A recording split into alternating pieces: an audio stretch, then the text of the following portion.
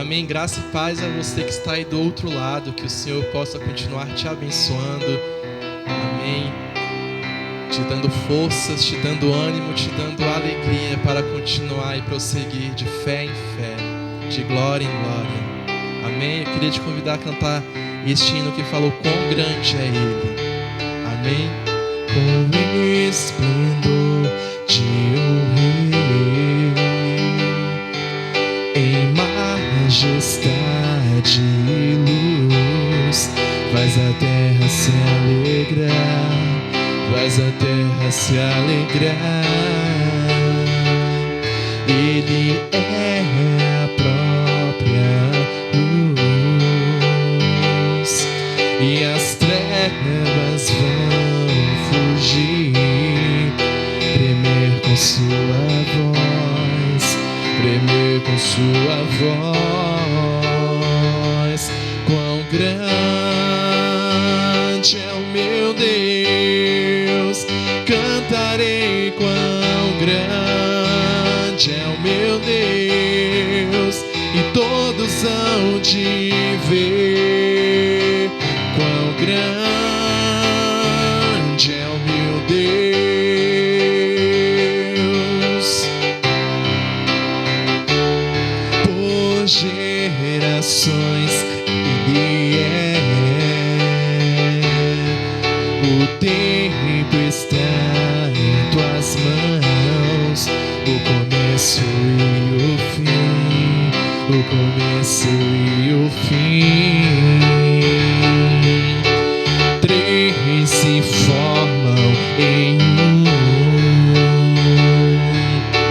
Filho, Espírito e Pai, Cordeiro e Leão, Cordeiro e Leão. Quão grande é o meu Deus, cantarei quão grande é o meu Deus, e todos hão de ver quão grande é o meu Deus. Sobre todo nome, sobre todo nome é o seu. Tu és digno de louvor, e eu cantarei quão grande é o meu Deus, é o meu Deus. Quão grande é o meu Deus, cantarei quão grande é o meu Deus, e todos hão de ver quão grande é o meu Deus. Quão grande és tu, Senhor, quão grande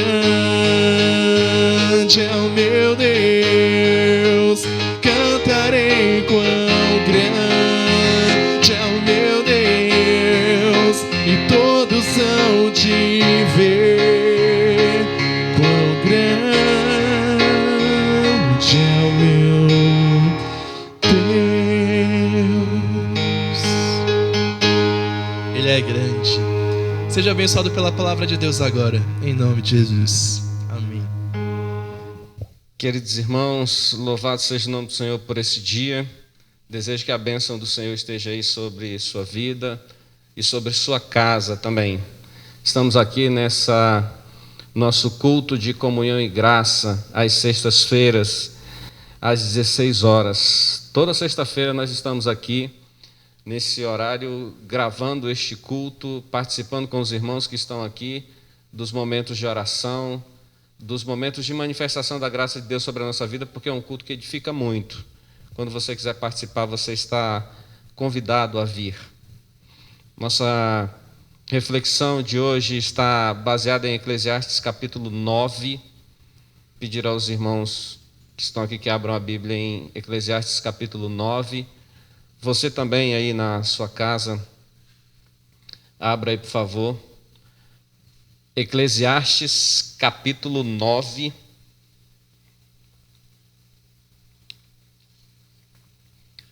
Nós vamos ler a partir do versículo 7 até o versículo 10. Eclesiastes capítulo 9, nós vamos ler a partir do verso 7 até o versículo 10 também. Graças a Deus. Vamos para a nossa leitura então. Estava esperando ali a irmã Quintina encontrar. Diz assim o nosso texto: Vai, pois, come com alegria o teu pão e bebe o teu vinho com o coração contente, pois há muito que Deus se agrada das tuas obras. Sejam sempre alvas as tuas vestes e nunca falte o óleo sobre a tua cabeça. Goza a vida com a mulher que amas todos os dias da tua vida vã, os quais Deus te deu debaixo do sol, todos os dias da tua vida vã, porque este é o teu quinhão nesta vida, e do teu trabalho que tu fazes debaixo do sol. Tudo quanto te vier à mão para fazer, faze-o conforme as tuas forças, porque no Seol, lugar das almas dos mortos, para onde tu vais, não há obra, nem projeto, nem conhecimento e nem sabedoria alguma. Querido Deus, louvado seja o teu nome por tua palavra, aplica ela em nosso coração e nos dá, ó Deus, a dimensão de tudo aquilo que tu quer e o que tu és em nossa vida, em nome de Jesus. Amém. Amém. Meus amigos e queridos irmãos, estamos diante de uma reflexão, de uma das maiores reflexões que alguém fez na Escritura Sagrada, né? O salmista, o Eclesiastes, resolveu, no versículo 1, ele diz que deveras a tudo isto apliquei o meu coração claramente para entender o que estava acontecendo debaixo do sol. Uma análise da vida do ser humano, uma análise de como a vida e as coisas são no tempo dele. Como ele viveu um tempo, se você pegar do versículo 1 aí, você vai compreender, ele faz uma análise geral da vida. Então, o que eu estou fazendo aqui agora? Estou imaginando, conjecturando e afirmando de que ele deve ter vivido aí em torno da medida da vida, de 120 anos, ali proposto em Gênesis, né? E o homem viverá 120 anos, depois essa data já no período do deserto e da lei vai diminuir para 70, mas estamos falando aqui de 120 anos, que é o que nós estamos imaginando que ele viveu. Para que ele fizesse essa análise da vida e das coisas, ele deve ter estudado um pouco a história dos que vieram antes dele, né? E do período dele. Ele encontrou sabedoria quando a sua vida passou e resolveu nos informar e resolveu dar a sua opinião sobre como era a vida. Então, para você se situar junto comigo aqui do que eu estou tentando dizer, ao fazer uma análise geral de como era o mundo, de como as coisas aconteciam, e para fazer a afirmação de que toda ela estava debaixo do sol e cuidado por Deus, tudo pertencia a ele, ele olhou para trás, portanto ele teve que ler a história, ouvir dos seus antepassados e dos seus avós, bisavós, tataravós, aquele grupo que ficou para trás, mas que vinha experimentando a história, contando a história um para o outro, então ele vai ouvir. Então ele pega aí aproximadamente 100 anos de conhecimento. Quero colocar isso aqui só como uma conjecturação, nenhuma afirmação categórica aqui de tempo. Mas para dizer que dentro de um período de 100 anos, contando a história dos antepassados dele e mais a própria experiência dele, ele chegou à conclusão de que a vida toda pertence ao Senhor. Tudo. Não faz diferença como você vive, se você trabalha com mais afinco, com menos afinco, para ele tudo aquilo estava debaixo do Senhor, e uns tinham mais porque trabalhavam mais, outros tinham menos porque trabalhavam menos, mas tudo isso pertencia ao Senhor. Essa é a lógica dele. Se você voltar lá para o início dos primeiros versículos, você vai perceber. É que eu vim para o versículo 7 porque eu quero pegar aqui o que foi o conselho dele depois de fazer essa análise toda da vida, né? Diz ele que empenhou o coração, empenhou todas as forças dele para tentar entender tudo aquilo muito claro. Então ele faz isso, né? E aí ele vem para o versículo 7, dá o que ele diz que é o conselho da vida, é aquilo que nós podemos fazer para sermos felizes e não nos arrependermos do tempo que vivemos e do tempo que passamos. Aí ele já vai para o versículo 7 e dizer: come com alegria o teu pão e bebe o teu vinho com o coração contente. É um dos conselhos mais extraordinários da Escritura Sagrada. Os antigos tinham uma propriedade na sua mente e no seu coração de botar valor sobre o pão que era colocado na mesa. E aquilo era para ser feito com alegria, com satisfação, com felicidade. E a gente tem algum conhecimento histórico de que os que tinham a mesa com fartura comiam muito mesmo, muito mais do que nós comemos. Claro, tinha os que tinham menos, comiam menos, mas quem podia comer muito, comia, porque para eles aquilo era a maior providência que o mundo poderia nos ter dado, para eles aquilo era a maior providência que a mão de Deus poderia dar ao homem na sua pouca existência, na sua própria vida vã, como ele vai dizer, né? É que o alimento dele fosse algo gozado com alegria e com satisfação, até porque ele plantava uma coisa que ele não tinha certeza se ia sair da terra, mas a terra brotava e produzia. Aqui é a verdadeira compreensão da dominação de Deus. É claro, ele está olhando para uma mesa. Nós estamos trabalhando agora com um cidadão que está olhando para a mesa dele. A comida pronta, era um rei e ele se fartando. Ótimo, então ele está dizendo: come a tua comida com alegria e o teu coração fique contente com a bebida que tu tem à mesa. Ele tinha um vinho, né? Hoje no meu almoço eu tinha suco de abacaxi. Então nós estávamos contentes com aquilo. Essa é a reflexão que ele está fazendo. Mas quando ele olha para o prato de comida na mesa, quando ele olha para a bebida que está na mesa, ele está enxergando também o princípio de todas as coisas, de onde isso se originou. E foi da própria mão de Deus, é a própria natureza de Deus produzindo o alimento e dando para ele. Então ele propõe que isso seja feito com alegria e com contentamento no coração. Quero te desafiar a ter as convicções de que o pão que não faltou neste ano de 2020, porque tinha tudo para faltar, não faltou sobre a sua mesa e nem sobre a minha. Eu não acho que ele tenha vindo na mesma quantidade que vem em outros tempos, mas ele veio sobre a nossa mesa, e veio a porção diária. É mais ou menos como o maná, ele chegou para o nosso sustento, para a nossa própria, para a manutenção da nossa vida. E isso tem que ser a verdadeira mão de Deus atuando, trabalhando a nosso favor.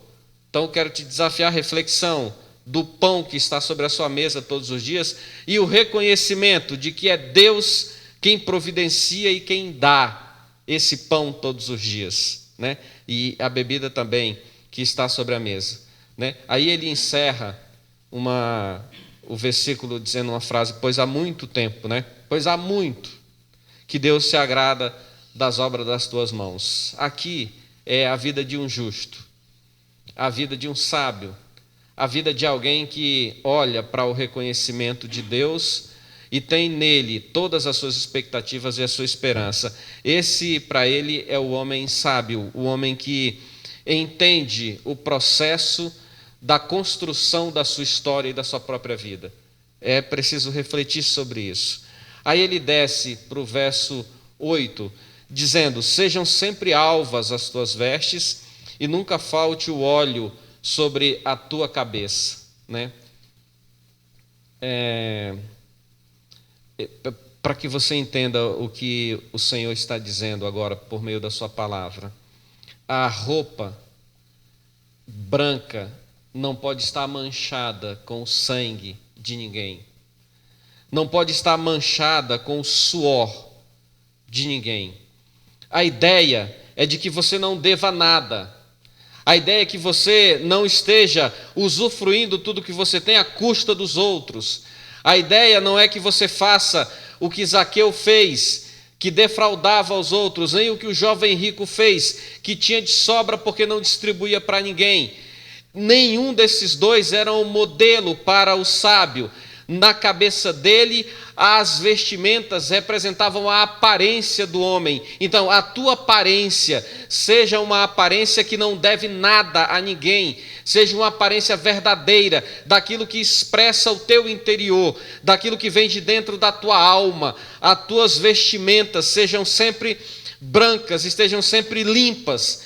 É necessário, irmão, que a nossa história seja realmente uma história construída a partir daquilo que nos é próprio, daquilo que é da nossa capacidade, daquilo que é da nossa própria conquista diária, daquilo que Deus provê diante de nós, e com a nossa própria força, com a ajuda do Espírito Santo de Deus, nós alcançamos. Tudo isso é uma realidade para Ele. E aí Ele usa as vestimentas, né, para definir a imagem do homem. A imagem do homem. É claro que é a imagem do homem. Por quê? Porque as vestimentas é que definem o momento da nossa vida, não é isso? Não é isso? Veja se eu estou correto na minha análise. Via de regra, quando nós estamos tristes, que morre alguém, a vestimenta é preta. Significa que nós estamos de luto pela vida de alguém. Quando nós estamos indo a uma festa para experimentar as coisas da vida e usufruir das alegrias dos nossos amigos ou da nossa própria festa, a roupa às vezes é até nova. Há quem ainda compre uma roupa nova, novinha, que nunca foi usada por ninguém, para poder usar pela primeira vez, né? É muito comum, né, nós fazermos isso. A roupa que nós nos deslocamos até o templo para servir ao Senhor, ele também é diferente daquilo que nós usamos no nosso cotidiano, muitas vezes para ir trabalhar, ou muitas vezes para ir para qualquer outro lugar. A gente vem melhor, porque a vestimenta define a aparência. E aí precisa ser analisado essas duas coisas. Essa primeira, de que a vestimenta faz menção à nossa aparência e diz que ela precisa estar limpa, ela precisa ser real, verdadeira, não de engano, mas verdadeira. E ela diz uma segunda coisa também, porque quem enxerga a nossa aparência, e preste atenção nisso, por favor, quem enxerga a nossa aparência são as pessoas que estão à nossa volta, é elas que vão analisar se a nossa aparência, se as nossas vestimentas estão brancas ou não. Concorda? Vez por outra você está diante do espelho, mas quando você está diante do espelho, você está só analisando se o cabelo está bem penteado, se a camisa está combinando com a calça e o tênis. Na maioria das vezes as minhas não estão, mas é essa análise que você faz. Mas você pessoalmente, as outras pessoas que estão enxergando e olhando para você e para a sua aparência, elas estão fazendo outro tipo de avaliação e outro tipo de análise. Se você está bem vestido, bem asseado, é porque está tudo bem. Se você está largado, não está nem aí para ver, é porque a coisa está mais ou menos. Sempre tem uma definição, a aparência. Ela sempre dá uma definição para terceiro. Então nós precisamos aprender de que a aparência das vestes brancas, que agora a palavra de Deus nos desafia a ter, primeiro é para que ela seja real, verdadeira, e depois para que a análise que as outras pessoas vão fazer dela sejam também positivas e de glorificar o nome do Senhor. Eu gosto de pensar nisso, eu gosto de pensar que quem faz a avaliação da minha vida sou eu e todas as outras pessoas que estão à minha volta. Não tem como fugir disso, não há como escapar desse detalhe, né? E nunca falte o óleo sobre a tua cabeça, né? Lembra para que serve o óleo na visão dele? É a consagração. Nunca falte a unção, nunca falte o poder do alto sobre a sua vida. É coisas muito profundas que o sábio está dizendo, mas ele está falando para aquela geração, para aquelas pessoas, de que todas as coisas pertencem ao Senhor, tudo é dele, tudo é dele. Mais adiante, lá embaixo desse texto, ele vai dizer: a vitória não é de quem chega primeiro ou de quem chega por último. E na cabeça dele, tudo está sob o domínio e o controle do Senhor. E ele diz, então, começa a dar os seus conselhos: nunca falte a consagração, nunca falte a unção, nunca falte a bênção do Senhor sobre a tua vida, né? Os versículos 7 e 8 é da nossa espiritualidade cristã. Reconhece que o pão que tu tens sobre a mesa foi Deus que te deu e se agrada, porque Ele se agrada das obras das tuas mãos. Sempre tenha as tuas vestes brancas e nunca falte o óleo sobre a sua cabeça. Aí ele vem sobre a vida relacional, sobre a vida material, sobre a vida do homem e do próprio homem com o seu semelhante. Goza a vida com a mulher que amas todos os dias da tua vida vã, os quais Deus te deu debaixo do sol, todos os dias da tua vida vã, porque este é o teu quinhão nesta vida e do teu trabalho que tu fazes debaixo do sol. Tudo quanto vier às tuas mãos para fazer, faze-o conforme as tuas forças. O 9 e o 10, entrelaçados à vida humana, à prática da vida social, o nosso compartilhamento, o nosso viver diário, aquilo que nós fazemos no nosso dia a dia e de como nós convivemos com os nossos irmãos e com aqueles que estão à nossa volta. Goza a vida com a mulher que amas, todos os dias da tua vida, né? Este é o teu quinhão e o quinhão do teu trabalho, o prêmio, né? A recompensa do teu trabalho que fazes debaixo do sol. É isso que você precisa experimentar, é isso que você precisa viver. E é a mulher que amas, né? E a vida é vã, portanto precisa ser com alguém que você ama, com alguém que você está no dia a dia. Portanto você tem que amar aqueles que estão à tua volta, né?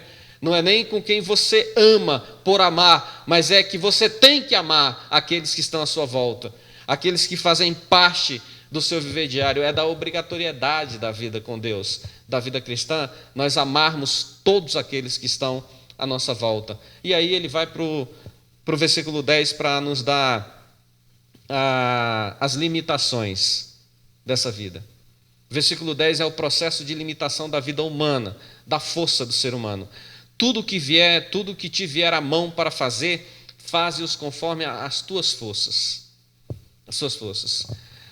Irmãos, preciso fazer uma ressalva aqui para você e queria que você observasse esse detalhe. Olha, ele está dizendo o seguinte: tudo que te vier à mão para fazer, faze-os conforme as tuas forças. Não é porque a coisa é grande que você não vai fazer. É que é para você fazer conforme a sua força. Seja grande ou seja pequeno. Porque ele está considerando que aquilo que veio para a sua mão você pode fazer.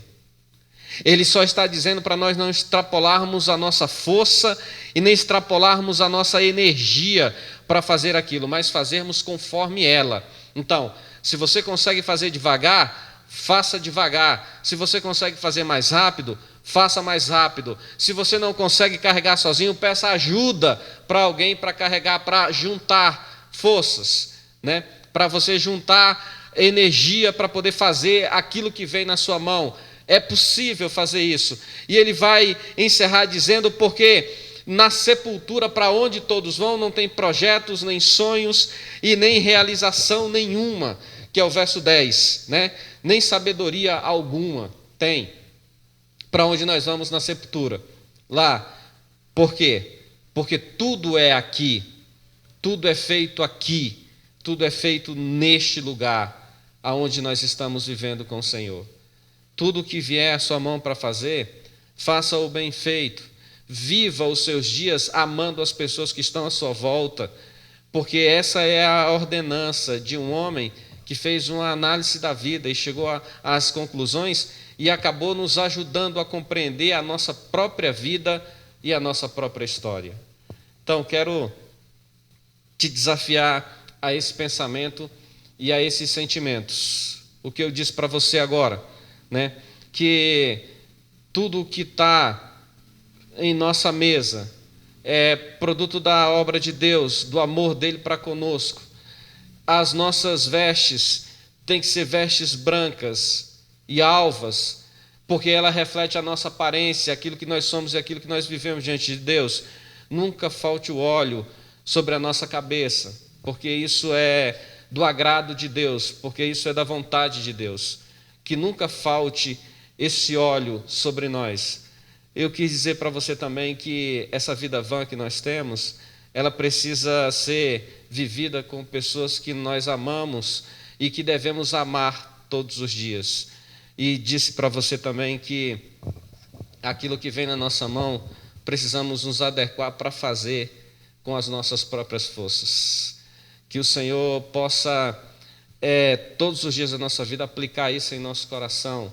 Eclesiastes capítulo 9, versículos 7, 8, 9 e 10, nos dão um projeto de vida muito grande, um projeto de vida que está acima daquilo que é a nossa própria compreensão e a nossa própria história. Quero te convidar a fechar os olhos para nós orarmos ao Senhor, colocar diante dele a sua palavra. Querido Deus, quero te agradecer e te glorificar e te exaltar. Bendito é o Senhor por tudo que o Senhor é. Eu creio em tudo que a tua palavra diz sobre a natureza. Eu creio em tudo que a tua palavra diz de que tudo pertence mesmo ao Senhor. Tanto eu, como os meus irmãos que estão aqui, como aqueles que estão nos vendo agora, como aqueles que não estão em nenhum lugar, estão andando por aí. Todos pertencem ao Senhor, tudo pertence ao Senhor, tudo pertence ao Senhor. Tu és um grande Deus, construtor, dominador e Senhor de toda a vida e de todas as coisas. Amém e amém. Queridos irmãos, uma semana de vitória para você. Que a bênção de Deus esteja sobre a sua vida e sobre a sua casa também, em tudo aquilo que você colocar às suas mãos. Que o Senhor te abençoe e te guarde. Que Ele faça resplandecer o seu rosto sobre ti, tenha misericórdia de ti e te dê a paz em todos os dias desta semana. Em nome de Jesus, amém e amém.